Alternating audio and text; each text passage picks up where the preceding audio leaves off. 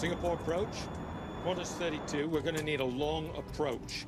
And better have fire services standing by, we're leaking fuel. Roger, Qantas 32, you're cleared straight in on final, 20 miles. The 5 seasoned pilots now use everything they've ever learned about flying. Flaps 3. To try to land their plane safely. Here we go. De Crepigny still doesn't know if his plane is capable of the precision needed for a landing. 4,500 feet. He decides to find out while there's still room for error. Okay, I'd like to do a control check. An aircraft where the aerodynamic ability is unknown. You have to prove the aircraft to be safe to fly before you land. And they are called control checks. Okay, let's see what you can do. Captain de Crepigny rolls the plane carefully left to simulate lining up with a runway. We had degraded roll control. We had lost 65% of our roll control. So I knew that we had to certify the aeroplane ourselves to fly before we landed. Okay. As he rolls the plane to the right, there's barely enough control to achieve the maneuver. He's quickly learning the limits of his damaged plane. If the few flight controls that we have remaining are working to their limit, then clearly we have very little margin for manoeuvring when we come into land.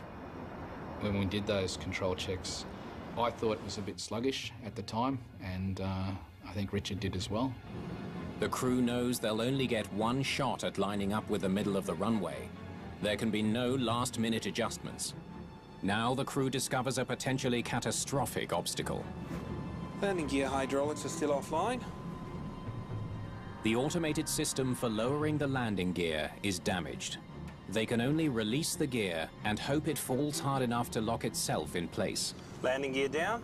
Confirmed? If the gear doesn't lock, the crew has no hope of landing safely. For the landing gear, we just needed enough wheels to hold the aircraft with enough brakes to stop us. It takes a full 2 minutes for gravity to pull the landing gear into position. Full green. Confirm gear down. You can hear the air noise change as the wheels extend. That's always a comforting sound to hear them come out. Qantas Flight 32 is now just 2 minutes from touchdown. Better watch your speed, Richard. Okay, just a little bit slower. De Crepigny adjusts the throttle so that he'll touch down at the slowest speed possible, making it easier to stop. Airspeed low. Damn, not that slow. Airspeed low. The Airbus is getting close to stalling. The plane will lose lift and drop like a stone if the airspeed falls any lower. Too fast and the plane won't stop before reaching the end of the runway. It's a precarious balancing act. There it is. Speed is stable. We sped up 3 knots, we would run off the runway. We slow down 1 knot, we get a speed warning. De Crepigny's ability to keep his plane lined up with the runway is severely limited. Singapore, what's the surface wind? 170 degrees at 5 knots. If the crew misses the runway, there's no way the crippled plane can go around for another try. Everybody ready? At the end of the day, it just came down to, I think we've covered everything. Can anyone think of anything? No. Okay, let's go and do it. Confirm fire services standing by. Affirmative. 100. You think about your kids, you think about your wife, and that's just what you do, and then it was game on again. 50, 40, 30, 20. Just a few feet from the ground, Flight 32's stall alarm again warns of impending disaster. So that threw questions up in my mind. What is our performance? Is our performance correct? It doesn't appear to be. Airspeed low.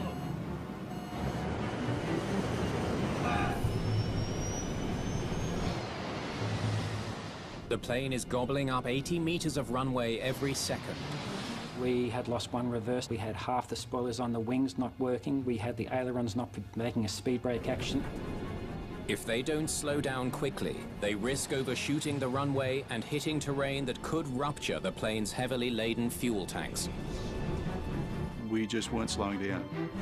Get into it. Matt yelled out, Get into it. Brakes. Brakes, brakes, Rich. Put on the brakes. pump them, push them. Brakes, full brakes, Rich. I think I prompted him to brake harder, and he said, My feet are flat to the floor. Keep it in, Rich. Hammer them. Finally, after a grueling 2-hour ordeal, Qantas 32 comes to a stop on the same runway it took off from, with 150 meters to spare.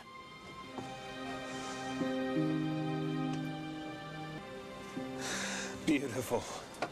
Oh.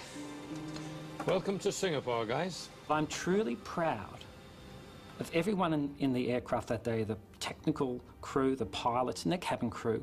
And I'm really proud of the decisions we made, the way we worked as a unified, cohesive team.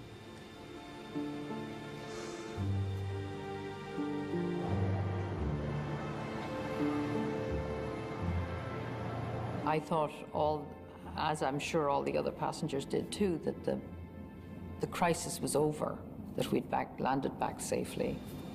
It seemed like that was the end of the problems. But with fuel leaking beside red-hot brake discs, the danger is far from over. There was smoke coming from the left-hand undercarriage, and there was fuel pouring all around it.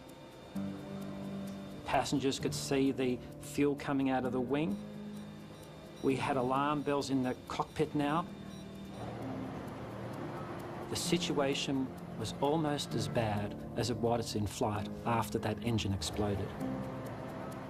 A plane that made a narrow escape in the air is now in grave danger of going up in flames on the ground. This is the captain. I want the passengers in their seats until the fire crew does its job. Why are they taking so long? So it was important at that tense moment to lay foam and reduce the possibility of fire as best we could. While the fire crew lays down fire-retarding foam, de Crepigny faces a difficult decision. Keep the passengers on board or evacuate the massive plane. And the only answer I can give to anyone saying why did or didn't we evacuate is, with someone in your home, are they safer in your home or are they safer somewhere else?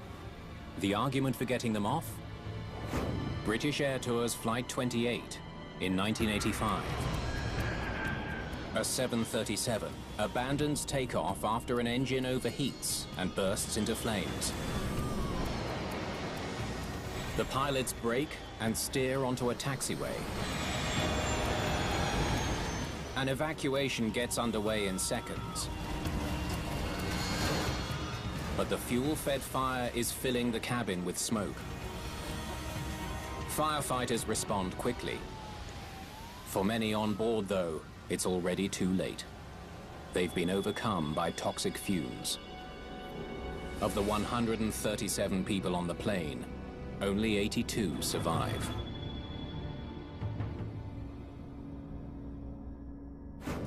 De Crepigny knows that the plane's 16 escape slides can get all the passengers off the plane in 90 seconds. He also knows there's a high price. 5 to 10% of his passengers will likely suffer a serious injury. And an evacuation, once that starts, you can't stop it. And we decided to keep them on board because the environment outside the aircraft was toxic. For the time being, de Crepigny thinks his passengers are safer on the plane than on the fuel-soaked runway. Turning engine master switches to off. The crew begins the routine of shutting down their engines. Qantas 32, please shut down engine number 1. A radio call from the fire chief alerts them to yet another problem. We've shut them all down. Damn it, he's right. Number 1 is still running. Shut it down. It's not. I can't shut it down. The damage to the left wing has cut through the controls that should have shut down the outboard engine. We now had an engine that we could not shut down, and the situation is now just getting more toxic outside. Firefighters can't do their job with one of the largest airplane engines in the world still running a few meters away.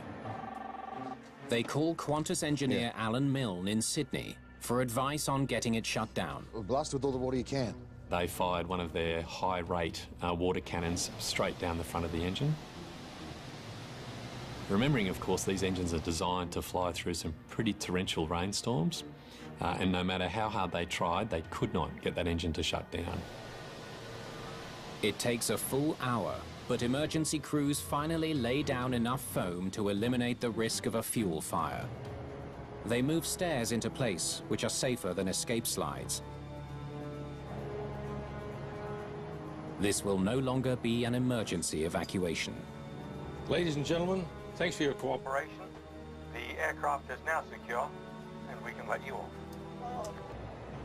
3 hours after their dramatic landing, the pilots get the all clear. Qantas 32, I'm happy to confirm that the engine is finally shut down. Thank you, Singapore. See you on the runway. Good job. Well done. Well done, Mark.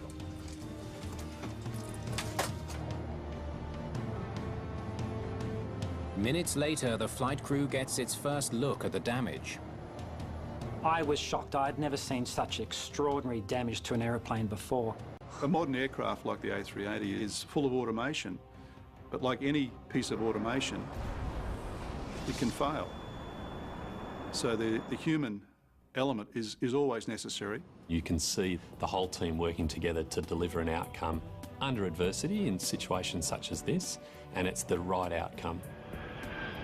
It's not about me as a pilot in command of QF32. It's about aviation that for the last 110 years has shared their knowledge and experience to make aviation safer for the travelling public. I think in every regard the Qantas 32 story is one of aviation's finest hours.